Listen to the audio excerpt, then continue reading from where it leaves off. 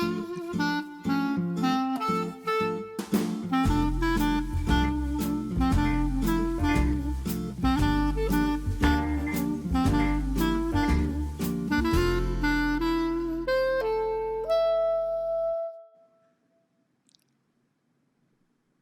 everybody. I'm Ronnie.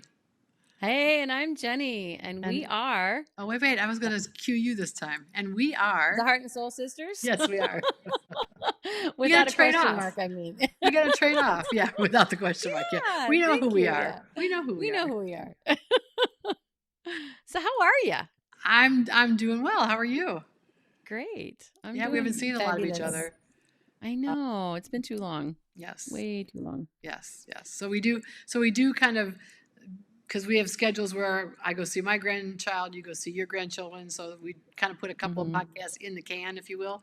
And so then sometimes we don't end up talking to each other for a couple of weeks. So yeah. So it's nice to be back together. Absolutely. And today we're actually doing another Matt Kahn podcast. We love you, Matt Kahn. Yes. Because we realized that we had not read his latest book. Can we show it? Yes. Yeah, sure. Go ahead. I have it. The universe always has a plan. The 10, yes. What is it? The 10, I can't remember the subtitle. The 10 golden rules of letting go. How's that for reading? There you go. Backwards. There you go. Very good. Very good. Better than me trying to read backwards without my glasses. It's not good. It was in bold print, so yeah, good.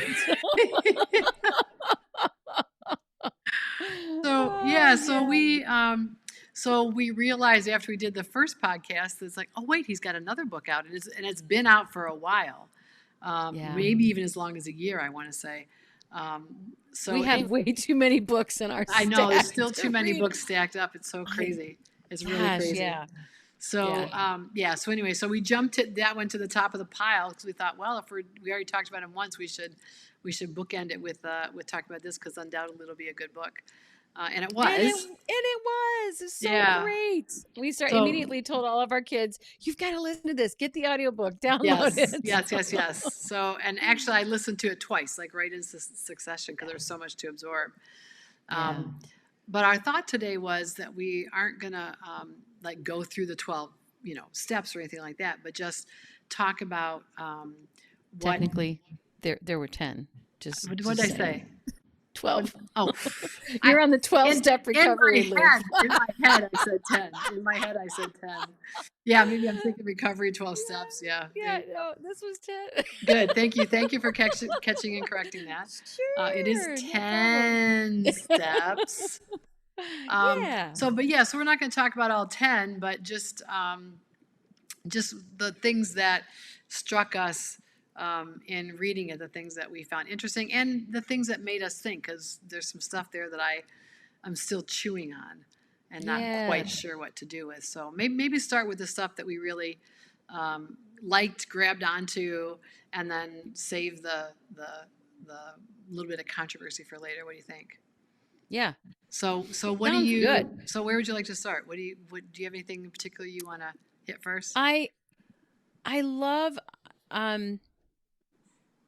Honestly, I love the giving yourself permission to dislike things.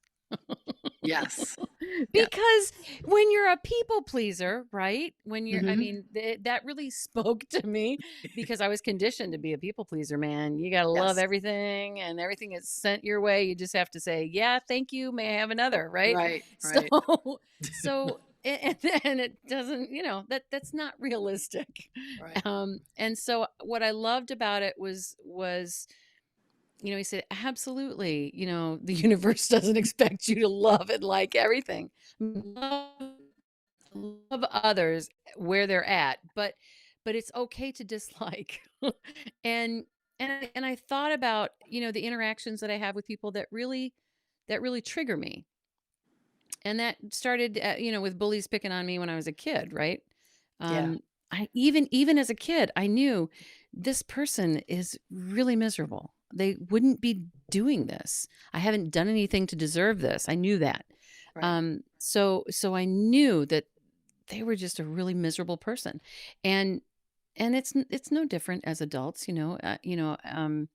I love most of my patients, but there are some, thankfully a smaller percentage, that are just angry and hostile people, and understandably, people, oftentimes coming in to see a healthcare provider, they don't feel good, Right. or they're afraid, Right. and so you can understand that anxiety and how that can come out as agitation, but it's okay to dislike that behavior that is unpleasant, or people that just their energy just makes your skin crawl. It's Right. okay, and that dislike doesn't mean that you are judging or condemning. It's discernment, Yes. and it's absolutely healthy and expected to discern what is good for you, what is best for you. And that includes the people you allow onto your island, right? The people Right. you Go allow back to into your Glennon life. Doyle. Yeah. Yeah, going back to Glennon Doyle and Abby. Yeah. And so I just loved how he phrased all of that and took all of the judgment, condemnation, worry out of it, and said, "No, Hmm. this is discernment, and that's okay." Right. And it's really, you can dislike and still send that person blessings. There, we've talked, other people that trigger anger in us and things, and it's okay to say, "I don't like being around that person anymore. I've given them enough chances. I'm done." And but without judgment or condemnation, right? Right. And Right. just saying, this isn't a good relationship for me, so it's time to move on, and Yeah. that's okay to do too. Yeah. And that really jives well with some of the things that the Abraham Hicks books, teachings Yeah. say too, like this idea that you are here to experience contrast, right? Yes. What you like and what you don't like.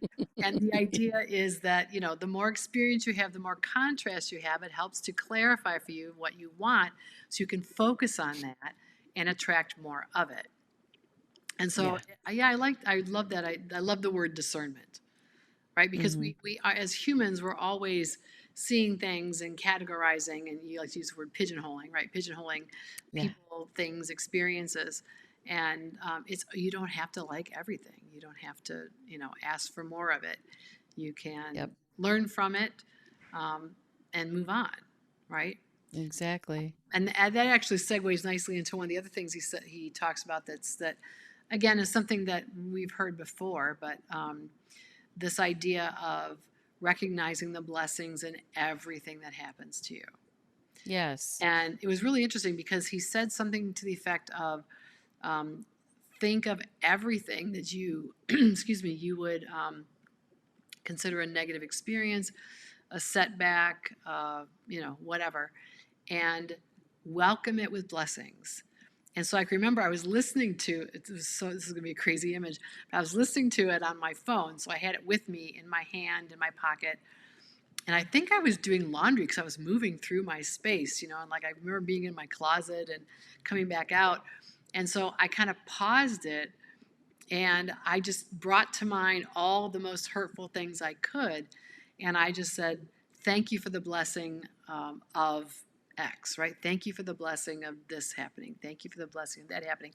And I actually started to cry as I did that. Oh, Like I went through and I thought, well, obviously there was something there to be released, to be healed, right. whatever. And so it was interesting to me that it was something I'd heard before, like see the blessing, recognize the gift in the lesson you've learned, whatever, but just to verbally say out loud for each specific thing that came to mind brought another facet dimension of healing for that particular experience. Yeah, that's really beautiful. And Carolyn Miss talks about that too, and how, when she's talking about the wounds that we receive from others. She said you have sacred contracts with all these souls that we come into this world with.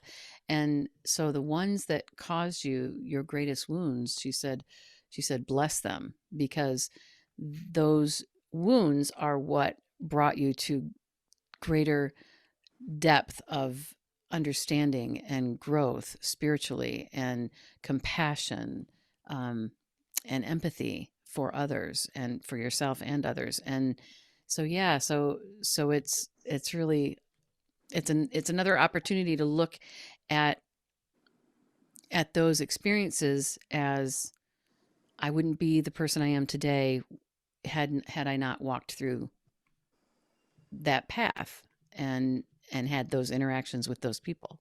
Right. But it's And a it can whole, be hard. It can be hard to, I mean, it can be a really hard thing to embrace.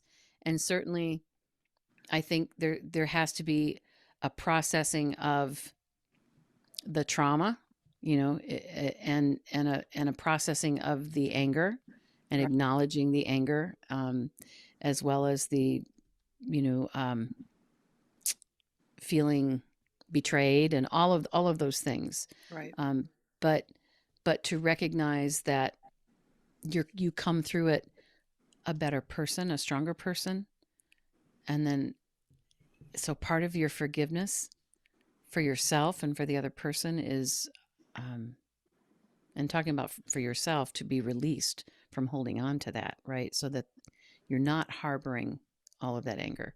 Um, Yeah. is to say, I bless you and I release you, or however you want to word it, for the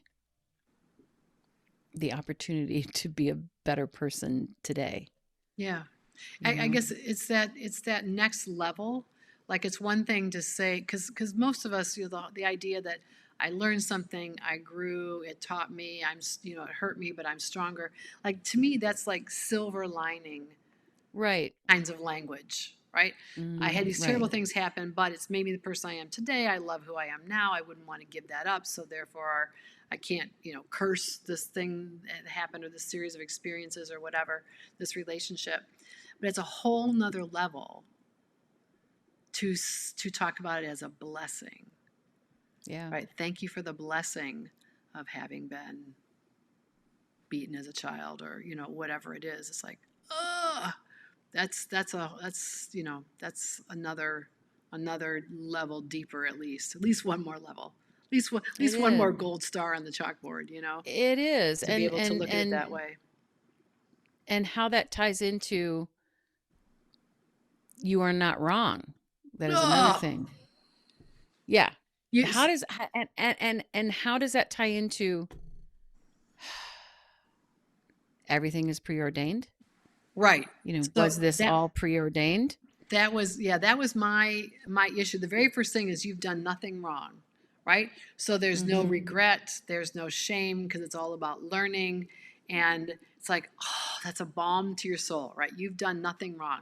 You can look back over your whole life. I believe that's the first one, right? Rule number one. It is. That's You've the done first one. nothing wrong. Um, And that was a hard one for me to accept. oh, I loved it. Oh, please. You've done nothing wrong. You are absolved. Oh, You're Lordy, I absolved. love that. Yes, I soaked that right up. And then, Oh, yeah. I then had a I hard time said, with that one. oh, wait. So if I've done nothing wrong, that means my parents did nothing wrong.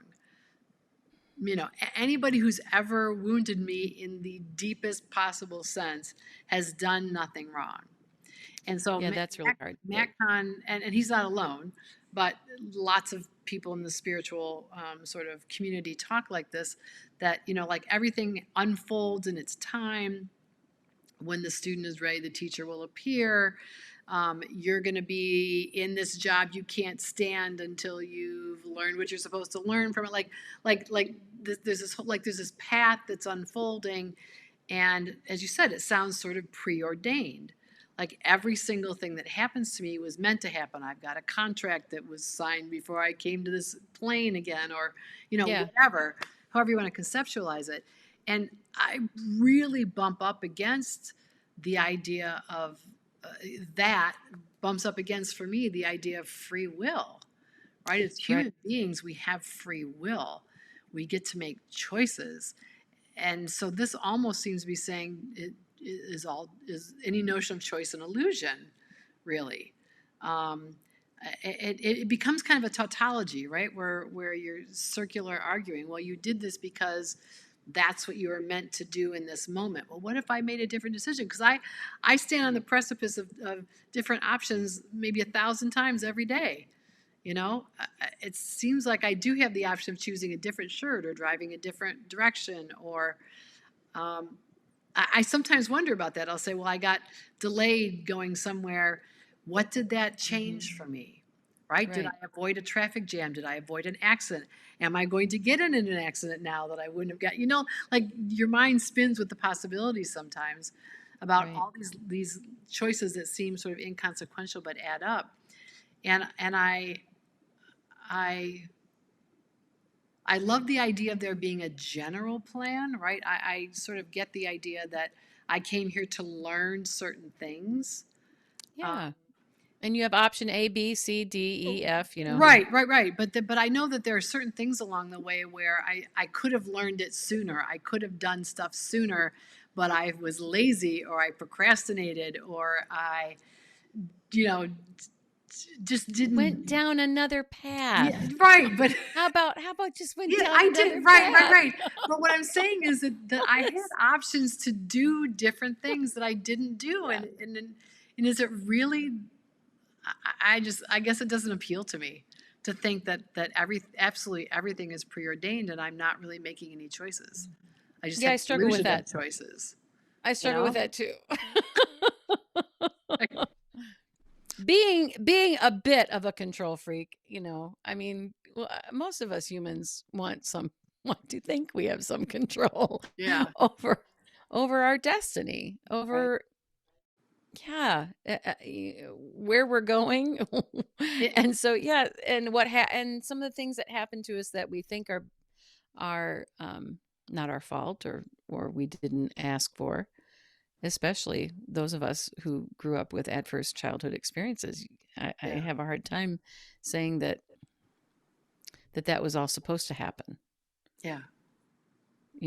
So yeah, so I'm still wrapping my brain around that one. But it's funny how we like it when it applies to absolving our mistakes or Yes, choices, yes. but it's difficult to accept it thinking about how someone hurt us, and that was all ordained, and that was all just fine. It was happening for a reason or Well, whatever. Yeah, well, that's yeah. Well, to me, those are two different things. One of the sort of preordained versus free will is one issue. The other issue I don't have as much trouble with, the idea that I've done nothing wrong and neither did anybody else. Um, I mean, it's hard for me to go so far as to say there's nothing wrong with what our parents did. yeah, Um, I mean, maybe this is where I learned something and it made me who I am, and so maybe I don't know. So the middle road I can walk is I feel like, okay, I signed up to learn certain lessons, like I had a plan in this life yeah, of what I wanted to work on, and I agreed to enter into the relationship with some key people, um, and they made some choices that I didn't anticipate. Right? I mean, that I can sort of wrap my brain around. But yeah, if everything is preordained and we choose the lessons and we kind of choose the circumstances that we come into this world and are going to work with, that comes perilously close to saying I chose to be abused, right. which I don't And believe. yeah, I have a hard time with that one. So yeah, so that's where I struggle. That's where I struggle. Yeah, so we just need to get Matt Kahn on here to explain this I to was us. just going to say that we got to get him on here to talk through this. Okay, Um, Matt, explain it. Explain it yeah, to me. explain that to me. My pea brain is having a hard time wrapping around it. Right.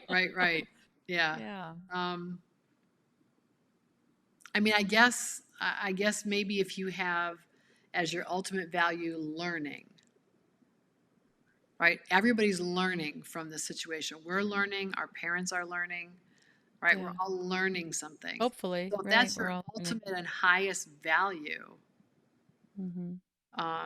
then maybe none of us did anything wrong. Well, and But if our if we're ultimate all highest value, evolving spiritually, right? right? If we're all learning to love more fully, and with that comes forgiveness and acceptance and Well, and healing, right? certainly, unconditional love means that you Hmm. love despite terrible things that were done to you. And we do. I mean, we do love our parents just from afar now, because we're And no longer saying, please, may I have another. right. We stopped that a long And time ago. and from a distance, we just do not have any contact, and that's Right. not out of punishment. It's Nope. out of just Yeah, it's not. needing to spend our energy in other areas of our lives instead of it would take all of my energy, I Well, think. and you were putting all of your energy in, and it wasn't helping.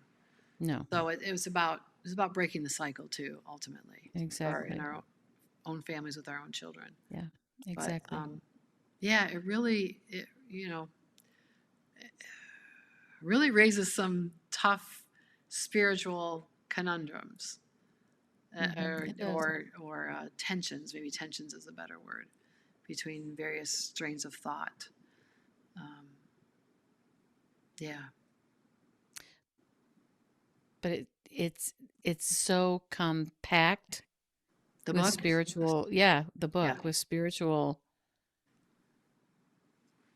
insights that I think, yeah, I think it's definitely something I will have to return to and read again Yes. Yes.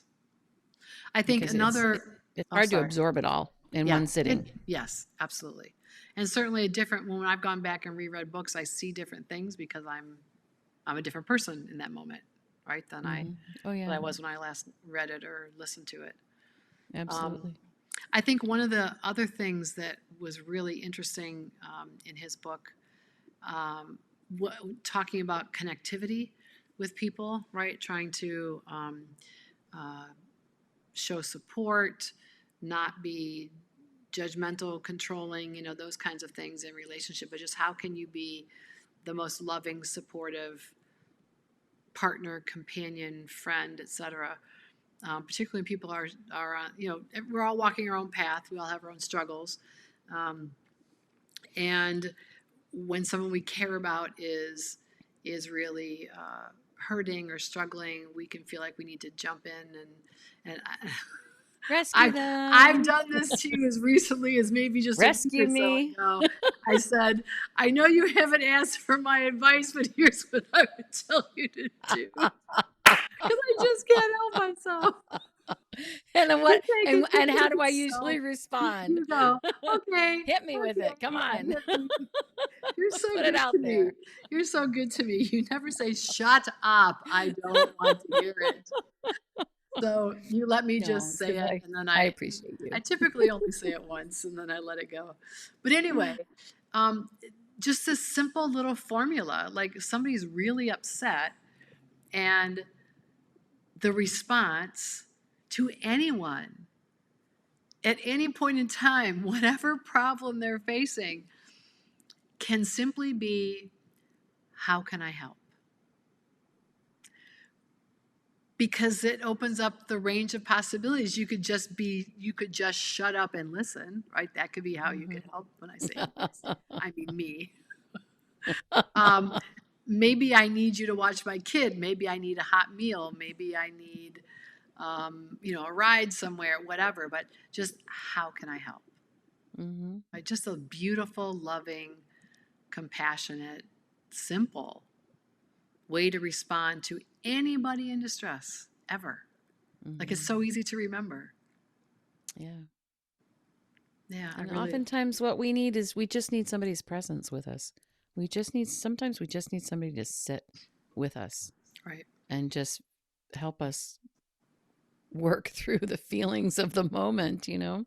I would say most of the time that's what I need. Just Yeah. somebody to listen, or just say, wow, that really sucks. Yeah. I mean, Yeah. I hate that for you. yeah, right. Yeah. Just an acknowledgement that you're not alone. You're not out there suffering alone. Right. feeling anxious or agitated or whatever it is, Right. Right. Yeah.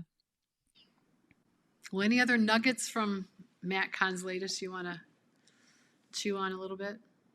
Oh gosh. I just, there's so much and I'm drawing a blank, honestly. Um,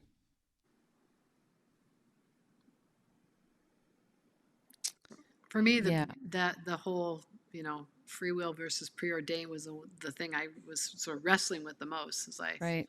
I walked away. But yeah, and of course um, you talked a little bit about this with your experience with people going back to childhood bullies, but I've long felt that this is number two, I believe. Rule number two is that people who blame you are unhappy, right? So somebody is Yeah. unloading on you in some ways from their own misery, and I've felt that for a long time. So that was sort of validating, and I've long said that if I were a vindictive person and wanted to wish something bad on somebody who was directing a lot of negativity at me or making my life miserable for some reason, um, there really isn't anything I could do that would be worse than living with themselves, right? If they're really projecting that kind of negativity toward me, there really isn't anything I could wish on them that would be tougher than that. Just living with Yeah. themselves is difficult. And at that point, those people deserve more love, not less, right? Yes. Matt's original Another book, another Matt Kahn right? gem. No matter And how. I Is also this? like, go ahead, sorry. No, no, no. I'm That's talking over fine. you again. No, go ahead. Go. You're good. We do this a lot. Yeah. More so when we're together. Yes, it's worse But when we're right next to each other. but the feeling better helps everyone heal.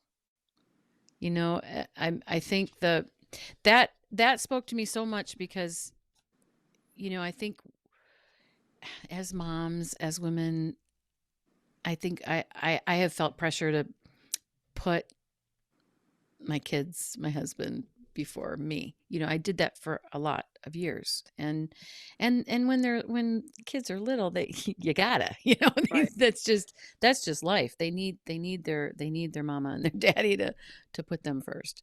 But how important it is to at some point we have to focus on our own well-being and feeling good, and that feeling good is important.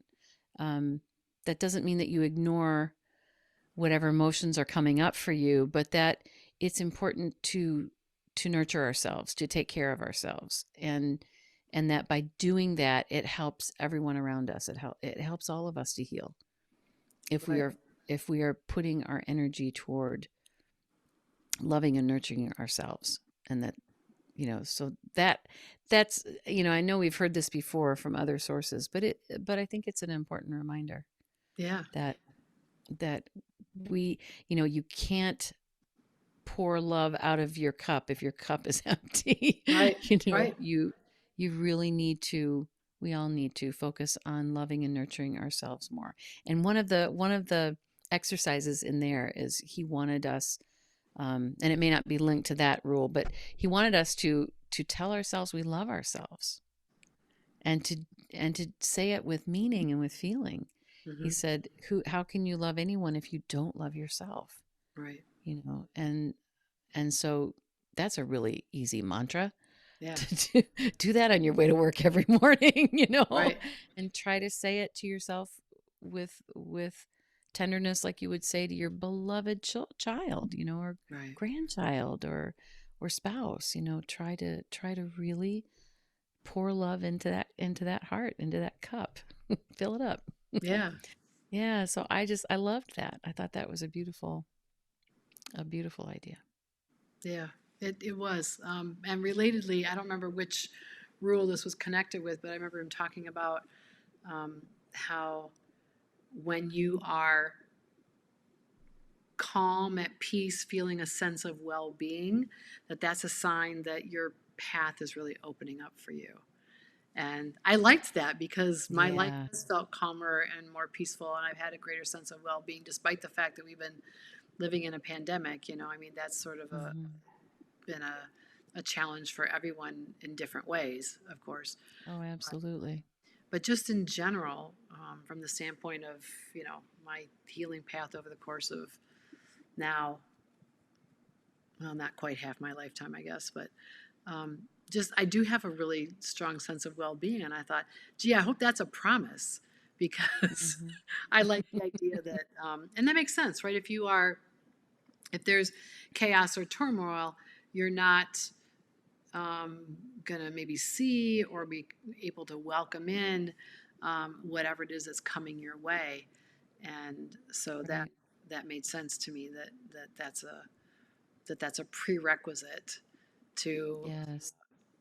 going the next level, right? The next level of healing, the next important thing it is for you to do in your life at this moment, right? Whatever that plan, whether it's totally mapped out or just a general guideline that we signed up for before we came back to this plane.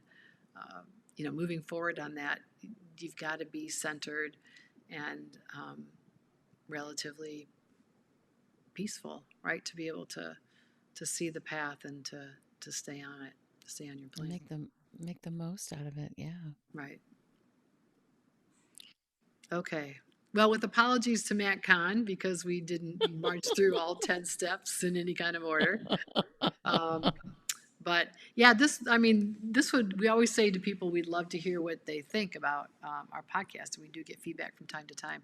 But I would really love for people to weigh in on what they think about this idea of your path and how much of it is specifically laid out for you, and are we really making real choices, or are we just kidding ourselves?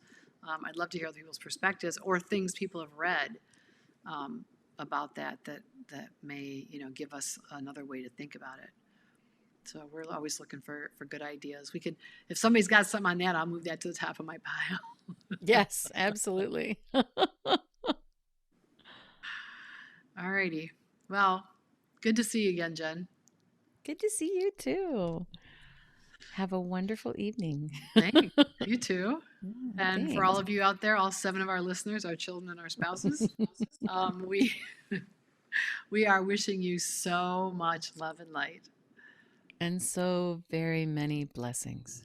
Absolutely. Be well. Bye bye.